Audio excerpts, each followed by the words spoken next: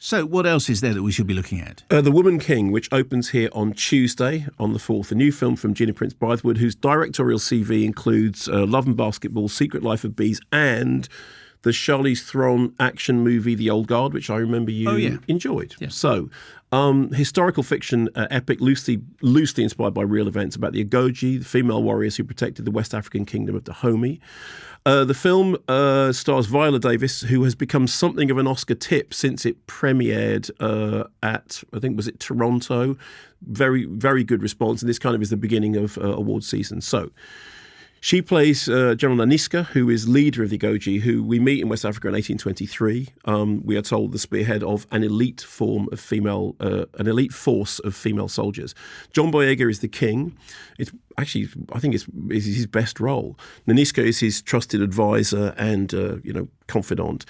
Jimmy Odukoya is the warlord Odo of the Oyo Empire, who trades with Portuguese slave traders with whom the king is trying to keep peace, even if that means handing over some of his own people. And in flashback, we learn of a history between Naniska and that warlord.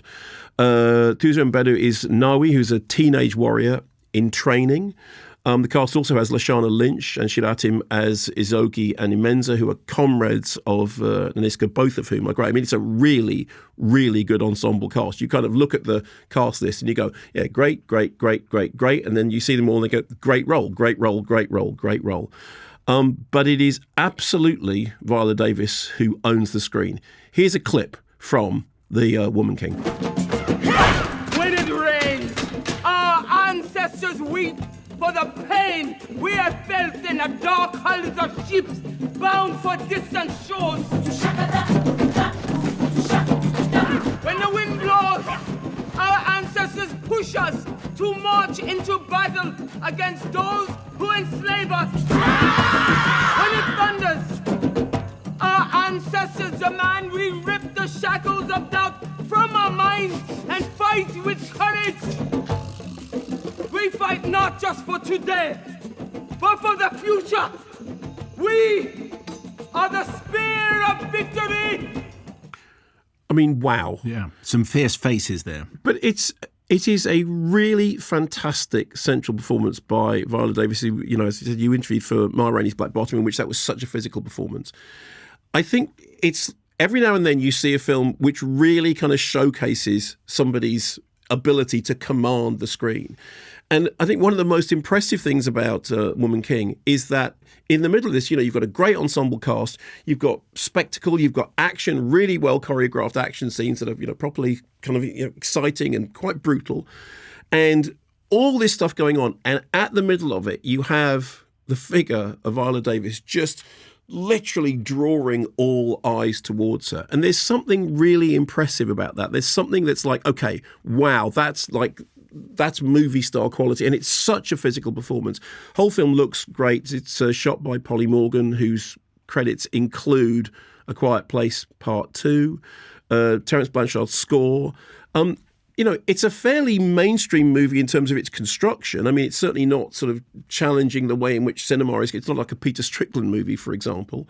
And some people have made comparisons to things like Braveheart, and it shares a kind of equal melodrama with that.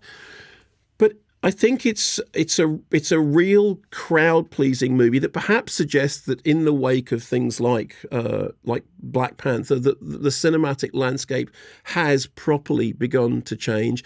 No surprise that there is being awards talk for it. I mean, it's not perfect, but it's a really big, crowd-pleasing, meaty, movie with history and action and spectacle.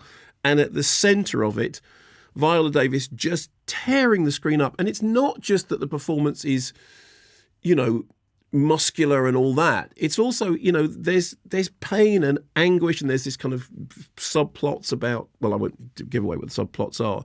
So there's space for emotion. There's space for The Quiet Place. There's space for the film to breathe. But it's a proper get a load of this piece of mainstream entertainment. See it on a big screen. See it on a big screen. That was a great video, wasn't it? I couldn't take my eyes off it. No, neither could they.